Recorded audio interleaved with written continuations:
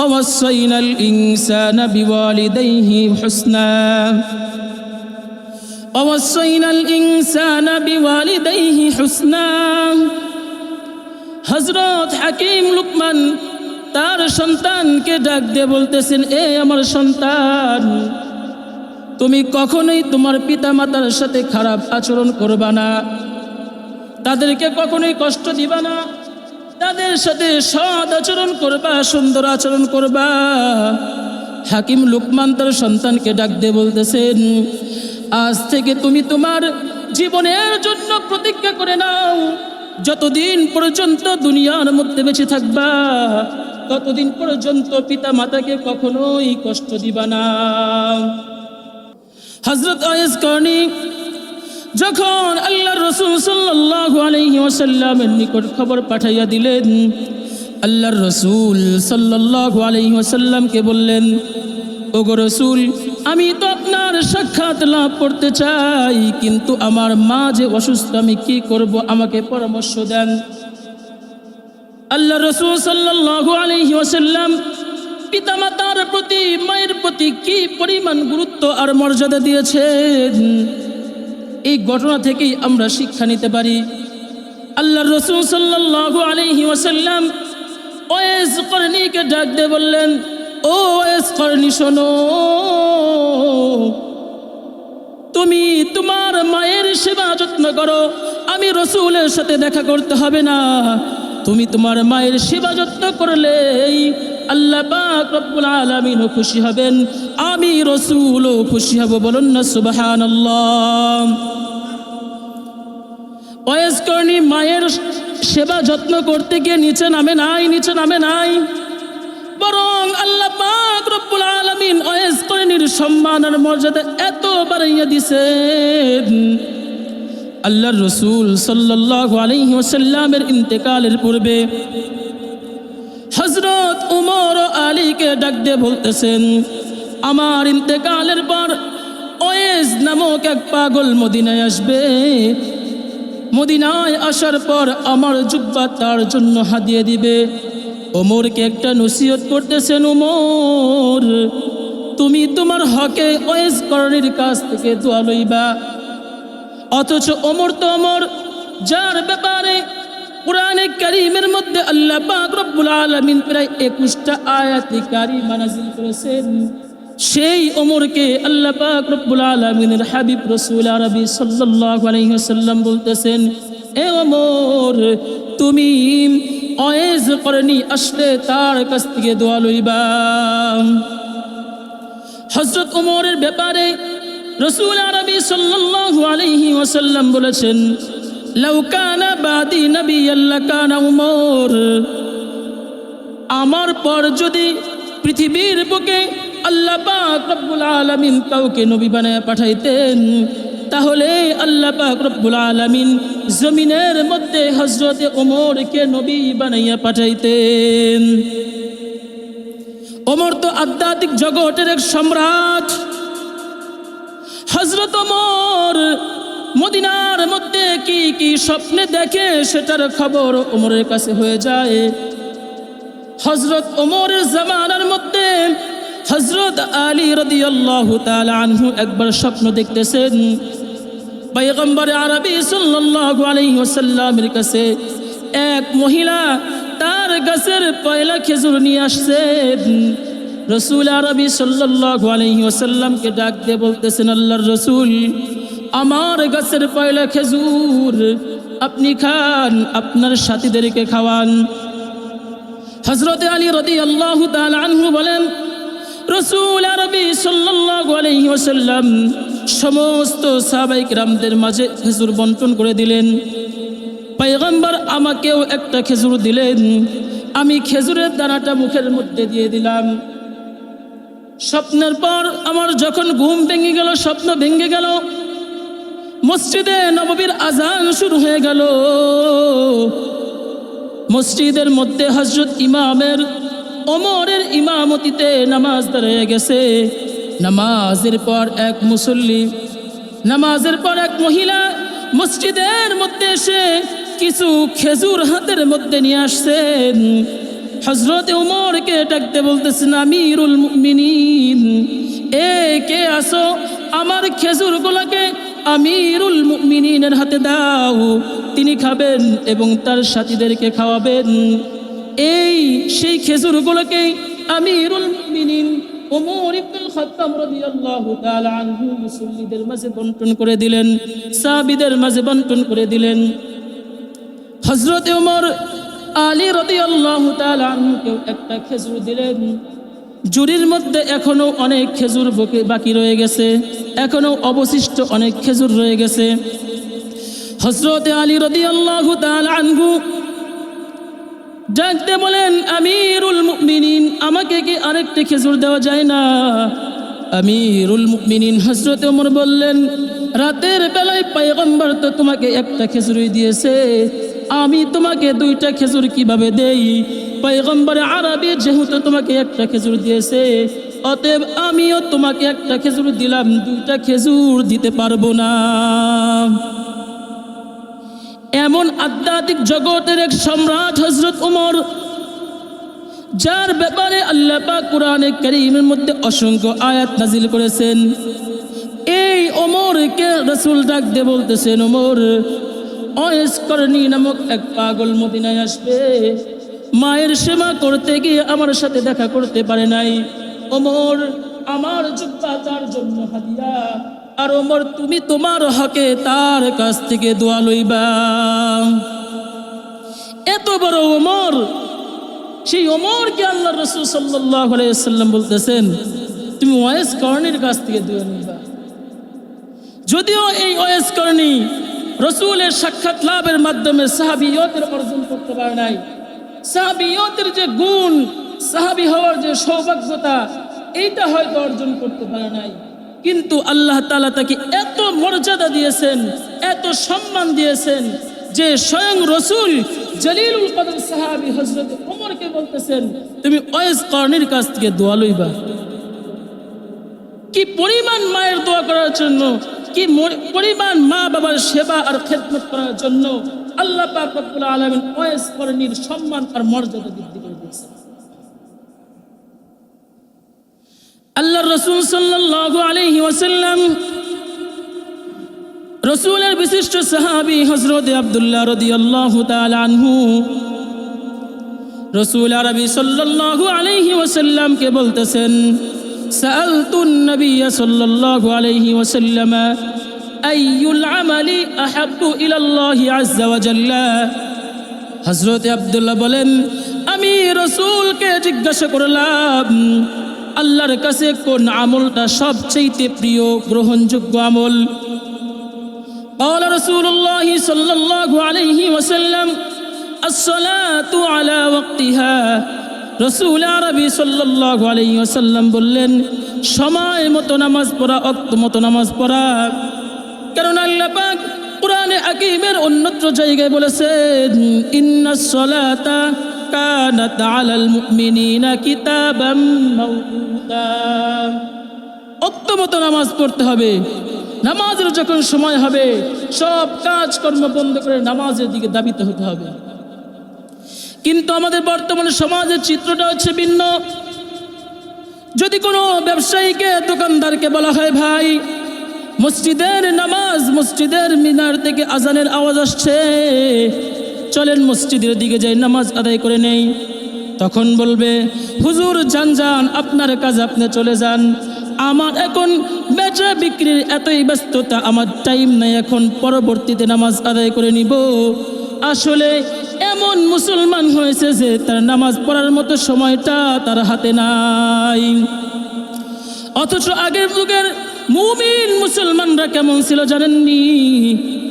আবু আম্মার নামক এক ব্যক্তি বাজারে গেছে রাজমিস্ত্রি আনার জন্য। বাজারে গিয়া মানুষদেরকে বলতেছে, ও লোক সকল, বাজারের মধ্যে রাজমিস্ত্রি আছে নাকি? রাজমিস্ত্রি, আমার বাড়ির পিছনের দেওয়ালটা ধসে গেছে, তা মেরামত করতে হবে।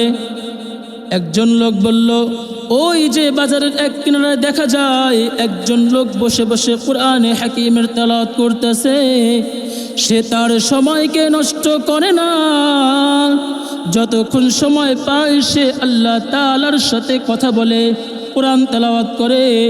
সে একজন ভালো মানুষ, তাকে নিয়ে যান, তাকে নিয়ে আপনার বাড়ির পিছনের দেওয়ালটা মেরামত করিয়া নেন। আবু আম্মার ওই লোকের কাছ গিয়ে বলেন, ও আল্লাহর বান্দা, তুমি কি রাজমিস্ত্রি নাকি? আমার বাড়ির পিছনের দেওয়ালটা ধসে গেছে, মেরামত করতে হবে। আল্লাহর বান্দা ডাক দিয়ে বলো, হ্যাঁ আমি রাজমিস্ত্রি, আমি আপনার বাড়ির দেওয়ালের কাজ করে দিতে পারি। তাহলে আমার দুইটা শর্ত আছে। কয়টা শর্ত? দুইটা শর্ত। এক নম্বর শর্ত হলো বর্তমান রাজমিস্ত্রির বাজার মূল্য হচ্ছে 2 টাকা। আপনি আমাকে 2 টাকা দিতে পারবেন না, আমাকে দিবেন 1 টাকা। 1 টাকা আমার শ্রমের মূল্য। আর একটা শর্ত হলো, সারাদিন কাজ করব, পাক না পাকির মাসআলা আছে, তাহারাতের মাসআলা আছে। যখন মসজিদের মিনার হতে আজান হবে, আমি কিন্তু আপনার বাড়ির কাজ আর করব না। আজান দিলে আমি মসজিদের মধ্যে চলে যাব, আমার মাওলা পাকের কদমে সেজদা দিব, আল্লাহর সাথে কথা করব। আল্লাহর সাথে কথা বলতে বলতে প্রেমে মজে যাব। নামাজের সময় কিন্তু আপনার বাড়ির কাজ আমি করতে পারবো না। যদি এই শর্তে রাজি থাকেন, তাহলে আমি আপনার বাড়ির কাজ করতে পারি। কেমন মুমিন মুসলমান ছিলেন তারা! আগে নামাজ, পরে অন্য কাজ। যারা এমনটি করে, আসমানের বরকতের দ্বার তাদের জন্য খুলে যায়। ওই দেখেন না, হাসান বসরি রহমাতুল্লাহি আলাইহির জামানায় এক ব্যক্তি এসে বলল, ওগো আল্লাহর ওলি, আমাকে কিছু সবক দেন, নসিহত দেন। হযরত হাসান বসরি রহমাতুল্লাহি আলাইহি ওই ব্যক্তিকে কয়েকটা নসিহত দিলেন, উপদেশ দিলেন। 1 নম্বর হলো, নামাজ কায়েম করবা, 5 ওয়াক্ত নামাজ জামাতের সহিত আদায় করবা। হজ ফরজ হইলে হজ করবা, যাকাত ফরজ হলে যাকাত আদায় করবা। ব্যবসা করো নাকি? জি ব্যবসা করি। নামাজের সময়গুলো দোকানপাট বন্ধ করে নামাজের মধ্যে চলে যাবা, তাহলে আল্লাহ পাক রব্বুল আলামিন ব্যবসার মধ্যে বরকত দিবেন, আসমানি নুসরত দিবেন। এরপর একদিন ওই আল্লাহর বান্দা দোকানদারি করতে করতে সকাল থেকে দুপুর পর্যন্ত দোকানে বসে আছে। একটা কাস্টমারও তার দোকানের মধ্যে আসে নাই। যখন মসজিদের মিনার হতে হাইয়া আলাস সালাহ বলে বলে মসজিদের দিকে মুয়াজ্জিন ডাকতেছে, ঠিক সেই মুহূর্তে একজন ক্রেতা আসছে জিনিসপত্র ক্রয় করার জন্য। বলছে, ভাইজান, আমি কিছু সদাই নিতে আসছিলাম, আমাকে কিছু সদাই দেন। লোকটা বলল কি, ভাই, মসজিদের মিনার হতে হাইয়া আলাস সালাহ বলে বলে আমাকে ডাকতেছে, এখন বেচা বিক্রি করতে পারবো না, যান অন্য দোকান থেকে নিয়ে যান, আগে নামাজ তারপরে বেচা বিক্রি আমার। ওই লোকটার পাশেই ছিল একজন ইহুদির দোকান। লোকটা ইহুদির দোকানে চলে যায়। লোকটা ইহুদির দোকানে চলে যাওয়ার পর ইহুদি বড় খুশি। হায় হায়, কত বোকা! আজানের সময় সারাদিন পর একটা কাস্টমার আসলো, কিন্তু সেই কাস্টমারকেও সে ফিরিয়ে দিল। ইহুদি বড় আনন্দ নিয়ে বলে, প্রতিদিন যেন ওর এই সময় কাস্টমার আসে। আল্লাহ পাক রব্বুল আলামিনের এক বান্দার সাথে আদাওয়াতি দুশমনি করছে। ইহুদি এমনটা করেছে, আল্লাহ পাক রব্বুল আলামিনের নজরে লেগে গেছে। আল্লাহ পাক রব্বুল আলামিন তার বান্দার সাথে আদাওয়াতি দুশমনিটা সহ্য করতে পারে নাই। আল্লাহ পাক রব্বুল আলামিন নামাজ শেষ হইলে ফেরেশতাদেরকে পাঠিয়ে দেয়, যাও যাও, আমার ওই বান্দার দোকান থেকে তোমরা মালামাল কেনার জন্য লাইন ধরে দাঁড়িয়ে যাও। বলেন না সুবহানাল্লাহ। হাসান বসরির কাশফ হয়ে গেছে। আল্লাহর ওলি হাসান বসরি রহমাতুল্লাহি আলাইহির সাথে যখন দেখা করলেন, তার মুখে তো অনেক হাসি। আজকে এত বেচা বিক্রি হয়েছে। হাসান বসরি রহমাতুল্লাহি আলাইহি বলেন, কি রে, আজ এত খুশি খুশি ভাব? আজ মনে হয় অনেক বেচা বিক্রি হয়েছে নাকি? বলেন, জি আল্লাহর ওলি, আজকে অনেক বেচা বিক্রি হয়েছে। আল্লাহর ওলি বললেন, শুকরিয়া আদায় কর রে। ওই যে কিছু মানুষ তোমার দোকানগুলোতে মালামাল ক্রয় করার জন্য সিরিয়াল ধরে দাঁড়িয়েছিল, এরা পৃথিবীর কোনো মানুষ না, এরা আল্লাহ পাক রব্বুল আলামিনের পক্ষ থেকে পাঠানো আসমানের ফেরেশতা। এর মাধ্যমেই বোঝা যায় আল্লাহ পাক রব্বুল আলামিনের বিধানগুলো পালন করলে কত মর্যাদাপূর্ণ হয়ে যায়। প্রিয় ভাইরা আমার, যেই কথা বলতেছিলাম, হযরত হাকিম লুকমান তার সন্তানদেরকে বলতেছিলেন পিতা মাতার সাথে কখনোই অসৎ আচরণ করা যাবে না। এরপর রাসূল আরবি সাল্লাল্লাহু আলাইহি সাল্লামের হাদিসে বললাম, দ্বিতীয় মিজদাকে আসছে। এরপর আব্দুল্লাহ রাদিয়াল্লাহু তাআলা আনহু বললেন, এরপর আল্লাহর রাসূল কোন জিনিসটা, কোন বিষয়টা, কোন আমলটা আল্লাহর কাছে সবচেয়ে প্রিয়? আল্লাহর রাসূল সাল্লাল্লাহু আলাইহি ওয়াসাল্লাম বললেন, ক্বালা বিররুল ওয়ালিদাইন, পিতা মাতার সাথে সৎ ব্যবহার করা, সদাচরণ করা, সুন্দর ব্যবহার করা। আল্লাহর রাসূলকে এরপরে বলে কুলতু ক্বালা সুম্মা আইয়ুন, কুলতু সুম্মা আইয়ুন। এরপর যখন জিজ্ঞাসা করলেন রাসূল এরপরে কোন বিষয়টা সবচেয়ে পছন্দনীয়, আল্লাহর রাসূল বলেন ক্বালা সুম্মা আল জিহাদু ফি সাবিলিল্লাহ, আল্লাহর রাস্তায় জিহাদ করা। মুহতারাম হাজিরিন, রাসূল আরবি সাল্লাল্লাহু আলাইহি ওয়াসাল্লাম হাদিসে পাকের মধ্যে নামাজের পরে পিতামাতার কথা উল্লেখ করলেন। জিহাদ এমন একটা শরীয়তের গুরুত্বপূর্ণ বিধান, এই বিধানের পূর্বেও আল্লাহর রাসূল পিতামাতার সাথে সৎ ব্যবহারের কথা উল্লেখ করলেন। কেন? এর মাধ্যমেই বোঝা যায় পিতামাতার মর্যাদা আর সম্মান আল্লাহ পাক কত উপরে দিয়েছেন, কত মর্যাদা দিয়েছেন। আল্লাহ পাক রব্বুল আলামিন পবিত্র কুরআনুল কারীমের মধ্যে বলেন, ওয়াকাযা রাব্বুকা আল্লা তা'বুদু ইল্লা ইয়্যাহু ওয়া বিল ওয়ালিদাইনি ইহসানা ইম্মা ইয়াবলুগান্না ইনদাকাল কিবারা আহাদুহুমা আও কিলাহুমা ফালা তাকুল লাহুমা উফফিন ওয়া লা তানহারহুমা ওয়া কুল লাহুমা কাওলান কারীমা। ও আমার বান্দারা, তোমাদের মধ্যে যাদের পিতামাতা দুনিয়ার মধ্যে জীবিত আছে, মাতা পিতা যে কোনো একজন জীবিত থাকলেই তারা যদি বৃদ্ধ বয়সে উপনীত হয়, তাহলে তোমরা তাদের সাথে এমন কোনোভাবে কথা বলবে না যার কারণে তারা মনের মধ্যে কষ্ট দুঃখ লুকিয়ে রাখে। এমন কোনো আচরণ করা যাবে না। কেমন আচরণ করতে হবে? আল্লাহ তাআলা বলতেছেন কাওলান কারীমা ওয়া কুল লাহুমা কাওলান কারীমা, সুন্দর নম্র ভদ্রভাবে বিনয়ীভাবে তাদের সাথে কথাবার্তা বলতে হবে। আমরা যারা পিতা মাতার সাথে কথাবার্তা বলি, হুঁশ জ্ঞান করে মাথা খাটায় কথা বলি না, মেজাজ হারায় কথা বলি, তাদের ব্যাপারে রাসূল আরবি সাল্লাল্লাহু আলাইহি ওয়াসাল্লাম অনেক ধমকির কথা বলেছেন। পিতা মাতার সাথে অসৎ আচরণ করা যাবে না। হযরতে জুরাইজ রাহমাতুল্লাহি আলাইহি এর ঘটনা অনেকেই শুনছেন। এত বড় এক আবেদ আল্লাহর ওলি ছিলেন, কিন্তু নিজের অসতর্কতার কারণে মায়ের বদদুয়া নিয়ে নিছেন। হযরতে জুরাইজ রাহমাতুল্লাহি আলাইহি জঙ্গলের মধ্যে নির্জন এক জায়গায় একটা ঝুপড়ি ঘর বানিয়েছেন। সেখানে সে আল্লাহ তাআলার ইবাদত করতেন। আর এলাকার মানুষ তাকে এত পছন্দ আর মহব্বত করত, যদি বাড়ির মধ্যে একটা ফল হয় প্রথম ফলটা জুরাইজকে দিত। বাড়ির মধ্যে ভালো কিছু রান্না করলে সেই জিনিসটা প্রথমে জুরাইজকে দিত। কিন্তু তার অসতর্কতার কারণে একদিন এমন কাজ করেছে বুঝতে পারে নাই, যার কারণে মায়ের বদদুয়া শরীরে লেগে গেছে।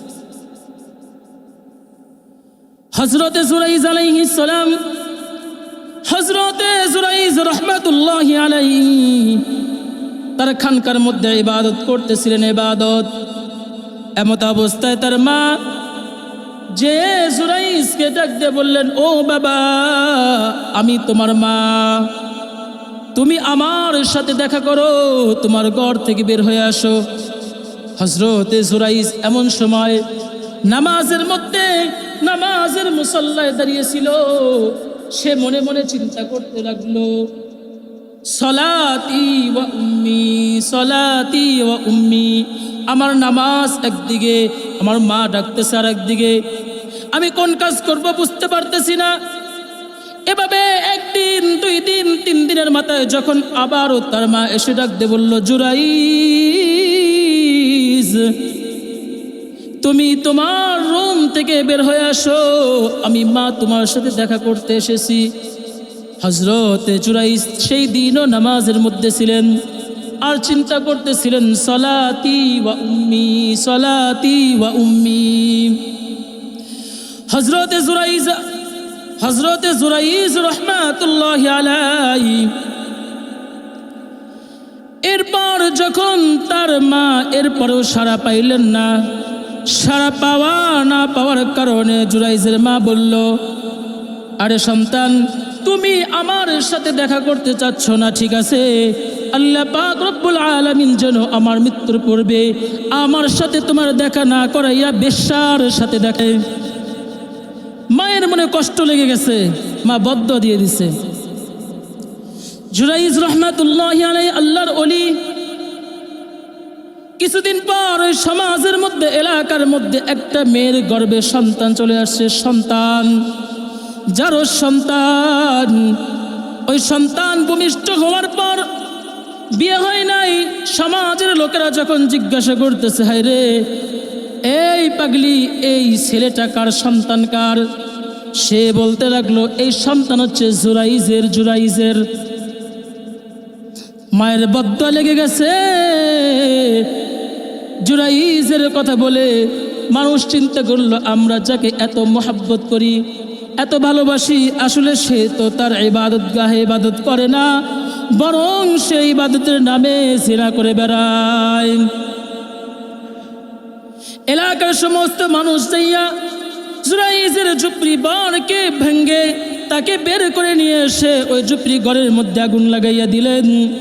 হযরত জুরাইজ রাহমাতুল্লাহি আলাইহি আশ্চর্যান্বিত হয়ে গেলেন, হায় রে, এত মোহাব্বত, এত ভালোবাসা, আবার এত শক্তি কেন, এত কঠোরতা কেন? হযরত জুরাইজকে এলাকার মানুষ বলে, আমরা তো মনে করতাম তুমি ওই ইবাদতগাহের মধ্যে ইবাদত করতা, কিন্তু তুমি তো ইবাদত করতা না, বরং ইবাদতের নামে মানুষের সাথে, মেয়েদের সাথে জিনা করে ভণ্ডামি করতাম। এই কথা যখন জুরাইজ বলল, কই কই কোন সন্তান? ওই মেয়েটা জানো যে সন্তান যে জন্ম দিয়েছে, ওই সন্তানকে সহ যখন সামনে নিয়ে আসলো, বলল, এটাই তোমার সন্তান। হযরত জুরাইজকে মহান আল্লাহ পাক রব্বুল আলামিন তার পবিত্রতা ঘোষণা করার জন্য এই অল্প বয়সের নাদান বাচ্চা, যে এখন পর্যন্ত মুখ ফুটে কিছু বলতে পারে না, দুধের শিশুকে আল্লাহ পাক রব্বুল আলামিন জবানের মধ্যে কথা ফুটাইয়া দিছেন। জুরাইজ তাকে বলতেছে, এই বাচ্চা, সত্যি করে বলো, তোমার বাবাকে? হযরত জুরাইজ বলার পর সাথে সাথে বাচ্চাটা বলে উঠল, ও এলাকার মানুষ, তোমরা শোনো, এই যে জুরাইজকে দেখতেছো, এটা বড়ই ভালো মানুষ, আল্লাহর ওলি। আমার বাবা এই জুরাইজ নয়, বরং আমার বাবা হচ্ছে ওই জুরাইজের পাশে একটা রাখাল থাকতো, সেই রাখাল হচ্ছে আমার বাবা। আমার মা আর ওই রাখাল প্রতিদিন অপকর্ম করত, সেই অপকর্মর ফসল হচ্ছে আমি। তাহলে বোঝা গেল, মায়ের বদদুয়া যদি কোনোভাবে বুঝে করুক আর না বুঝে করুক, সন্তানের প্রতি যদি কখনো বদদুয়া করে ফেলে, আল্লাহ পাক রব্বুল আলামিন সরাসরি ওটার অ্যাকশন দুনিয়ার মধ্যেই দেখায় দেন, দুনিয়ার মধ্যেই দেখায় দেন। আজ যদি জুরাইজ কোনো আলেম হতো, আবেদ না হইয়া, যদি কোনো আলেম হতো, এলেম থাকতো, তাহলে চিন্তা করত, নামাজের মধ্যে সলাতি আর উম্মি, সলাতি ওয়া উম্মি চিন্তা না করে আগে মায়ের কথা শুনছে। আপনাদের কাছে একটা প্রশ্ন করি, আপনি যদি নামাজের মধ্যে দাঁড়ান আর সামনে দেখুন সাপ যায়, তাহলে আপনারা কি করবেন? আগে নামাজ পড়বেন নাকি সাপ দৌড়াবেন? যাদের এই জ্ঞান নাই, ইলম নাই, তারা চিন্তা করবে যে নামাজ হচ্ছে আল্লাহ তাআলার দেওয়া হুকুম, আমি নামাজের মধ্যে সাপ দৌড়াবো? আগে নামাজ। এজন্যই রাসূল আরবি সাল্লাল্লাহু আলাইহি ওয়াসাল্লাম হাদিসে পাকের মধ্যে বলেন, ফাকিহুন ওয়াইদুন আশাদ্দু আলা শাইতানি মিন আলফি আবিদিন। একজন আবেদ, একজন আলেম 1000 আবেদের চাইতেও উত্তম। কেননা শয়তান 1000 আবেদকে সহজেই ধোঁকা দিতে পারে, কিন্তু একজন আলেমকে ধোঁকা দিতে হলে চিন্তা ভাবনা করে দিতে হবে, কারণ তার কাছে শরীয়তের মাসআলা আছে, তার সাথে বুঝে শুনে ধোঁকার কাজ করতে হবে। কি বলেন, ঠিক কিনা? আবেদ হইলেই, পীর বুজুর্গ হলেই সব কিছু জানবে না। মাসআলা পীর বুজুর্গ দ্বারা সম্ভব হয় না, এটা একমাত্র আলেমই মাসআলা সম্ভব না, মাসআলার সমাধান দিতে পারে। পিতা মাতাকে কখনোই কষ্ট দেওয়া হবে না। ওই যে শোনেন নাই আল্লাহর রাসূলের বিশিষ্ট সাহাবী হযরত আলকামার ঘটনা। আলকামা রাদিয়াল্লাহু তাআলা আনহু মাকে কষ্ট দিত সামান্য, স্ত্রীকে খুশি রাখার লক্ষ্যে, কিন্তু আল্লাহ পাক রব্বুল আলামিন এইটা পছন্দ করেন নাই। কি ঘটনা? এই ঘটনা বললে আপনাদের কাছে আরো বিষয়টা স্পষ্ট হয়ে যাবে। আসলে পিতা মাতাকে কষ্ট দিলে আল্লাহ তাআলা দুনিয়ার মধ্যেই এর একটা নমুনা দেখিয়ে দেন। আল্লাহর রাসূলের বিশিষ্ট সাহাবী হযরতে আলকামা রাদিয়াল্লাহু তাআলা আনহু যৌবনে ইন্তেকাল করলেন, দুনিয়ার মাঝে চলে গেলেন। আল্লাহর রাসূল সাল্লাল্লাহু আলাইহি ওয়াসাল্লামের কাছে তার স্ত্রী খবর পাঠাইলেন, বার্তা পাঠাইলেন, আপনার সাহাবী আলকামা তো মৃত্যু শয্যায় শায়িত, কিন্তু তার জবান থেকে কালিমার উচ্চারণ বের হচ্ছে না, কালিমা বের হচ্ছে না। হযরতে রাসূল আরবি সাল্লাল্লাহু আলাইহি ওয়াসাল্লাম বিষয়টার পর্যবেক্ষণ করার জন্য 4 জন বিশিষ্ট সাহাবীকে তার পর্যবেক্ষণ করার জন্য পাঠিয়ে দিলেন, যাদের মধ্যে ছিল 1 নম্বরে হযরত আলী রাদিয়াল্লাহু তাআলা আনহু, 2 নম্বরে হযরতে বিলাল, 3 নম্বরে হযরতে আম্মার রাদিয়াল্লাহু তাআলা আনহু, 4 নম্বরে হচ্ছে হযরতে সালমানে ফারসি রাদিয়াল্লাহু তাআলা আনহু।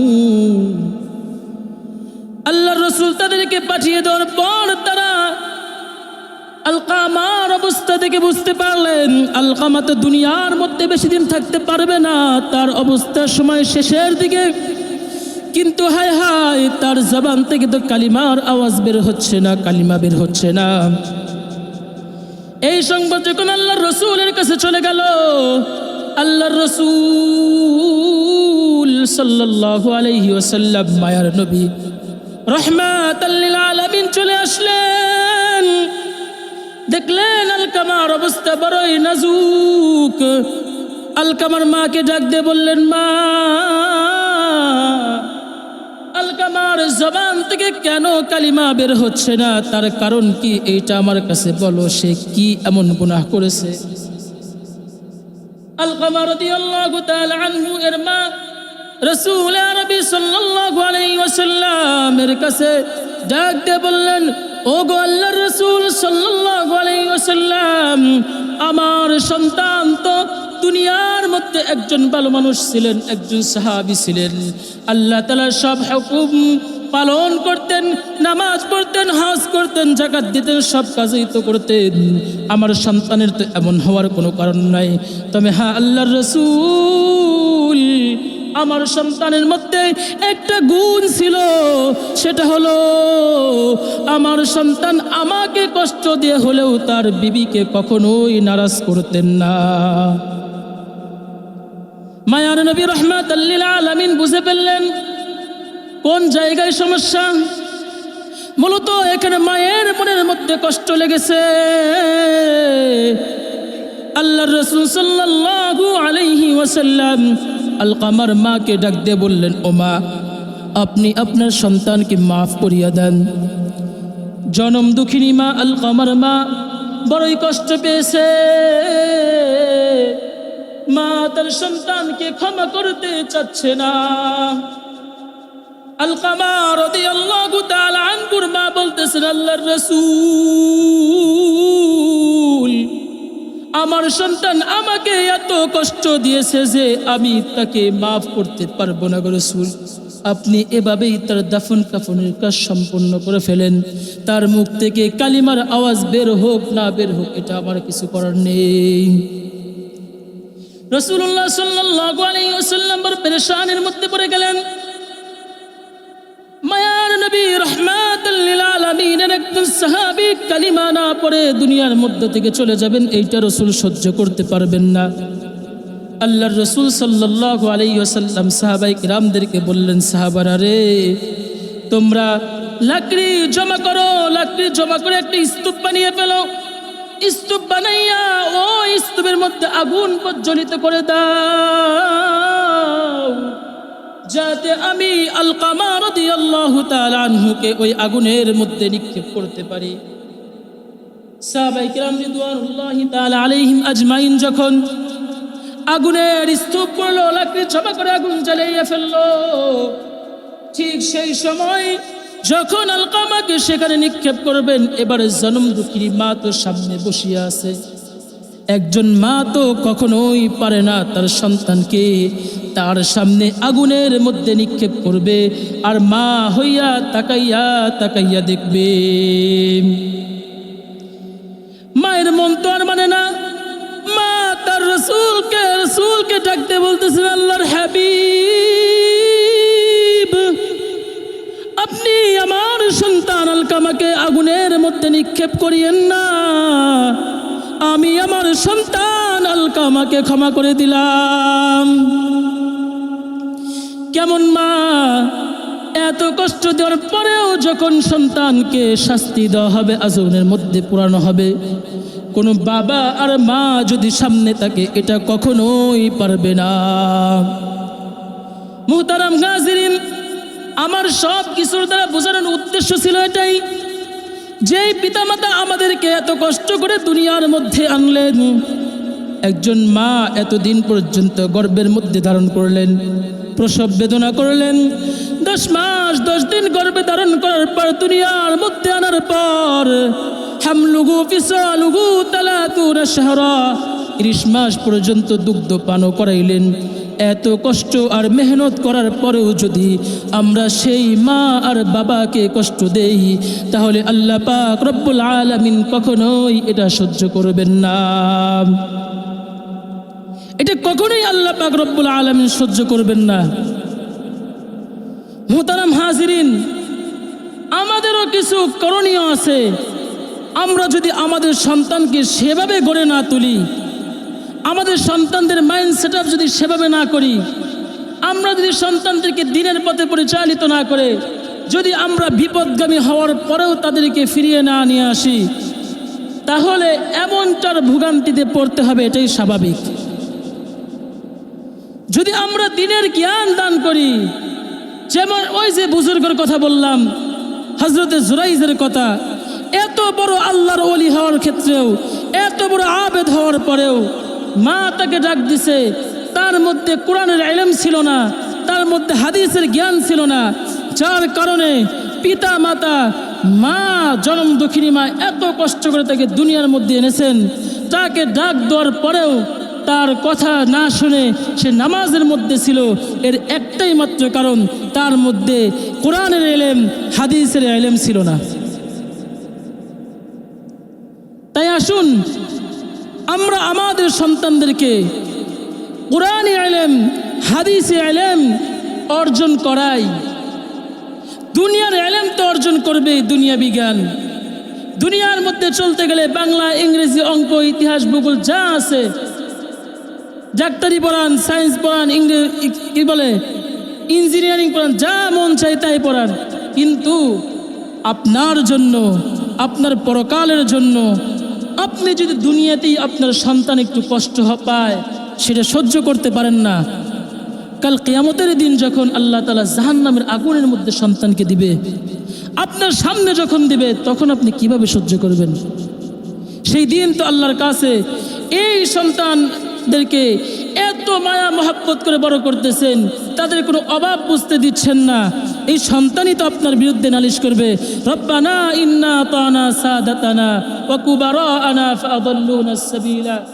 তারা আল্লাহর কাছে নালিশ করবে, আল্লাহ আমরা দুনিয়ার মধ্যে তো এভাবে চলাফেরা করতাম না, আমরা দুনিয়ার মধ্যে এভাবে চলাফেরা করেছি, আমাদের বাপ, আমাদের ভাই, আমাদের পূর্বপুরুষরা যেভাবে আমাদেরকে চালাইছে, যেই পথে চলছি, আমরা খারাপ পথে চললেও আমাদেরকে বাধা দেয় নাই, আমরা ভ্রষ্ট পথে পথভ্রষ্ট হয়ে গেলেও আমাকে বাধা দেয় নাই। আয় আল্লাহ, আজ যদি আমাকে জাহান্নামের আগুনে নিক্ষেপ করতেই হয়, তাহলে আমি যাদের কারণে জাহান্নামের আগুনে নিক্ষেপ হলাম, আগে তাদেরকে আপনি জাহান্নামে নিক্ষেপ করেন, এরপর আমাদেরকে করেন।